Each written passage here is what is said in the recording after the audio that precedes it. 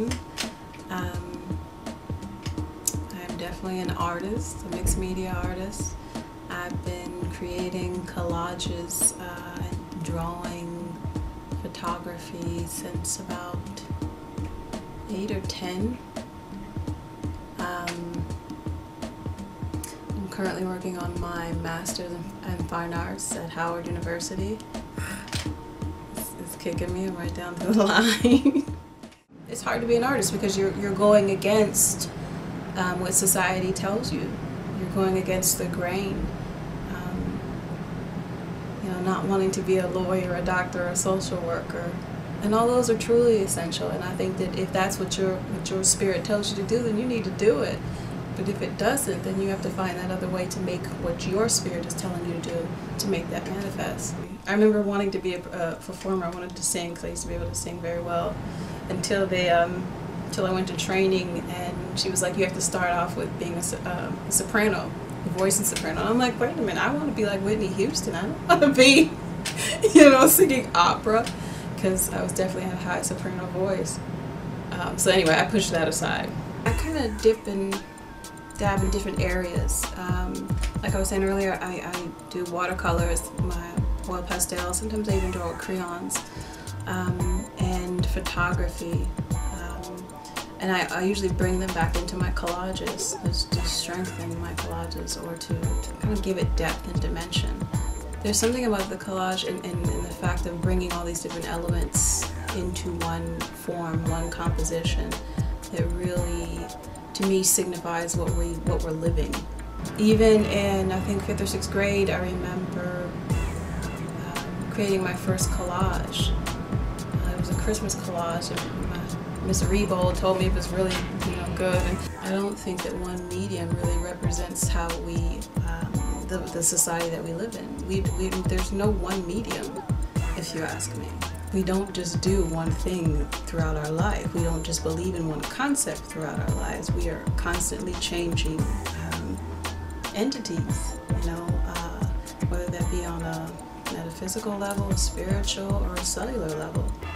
So, for me, mixed media work speaks to how we live, what we do, how we think, the whole process of evolution.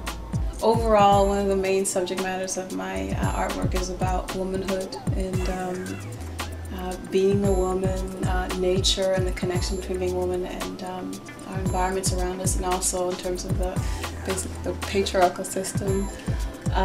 So a lot of my works have things like bars and grids and matrix that represent what I would consider metaphysically a representation of a patriarchal system, and how women use what they have to basically transcend some of those systems. This piece, this grouping of work is called Hybridity, Race, and Womanhood. In terms of the mediums, I'm painting, I am cutting, definitely, and there's also a collage medium in some of them. There's also cloth where I'm sewing material, fabric onto the paper, as well in the background. So if you can see my grids back there. And in terms of what these pieces are talking about, they're talking about the connection to spirit that individuals have. This one is going to be a dream catcher. And at the end I'll add in the other things in terms of the feathers falling down. But there's a lot of circular forms in this series of work, because I'm talking about women's connection to the universe. And also in terms of eternity and how things are always flowing, and how everything comes back. Like in terms of that connection to karma, in terms of everything you put out into the universe comes back. It's really essential to not deny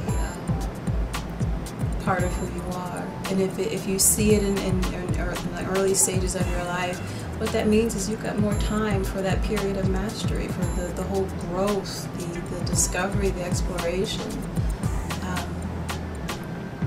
And I think it's really important to not, of course you respect some of the outward input, what society tells you to do, but you can't encompass that. It can't overwhelm or overtake what your self is telling you. And I think some part of that self is a connection to spirit or connection to God, or however you want to work that out with your own, you know. Then there's also the windows in there, because this piece, these works are also talking about the gaze and in your internal conversation with yourself about life, about anything, but in terms of what people see of you and also what you see of yourself, that second person inside of you, the one that makes you whole, that should make you whole.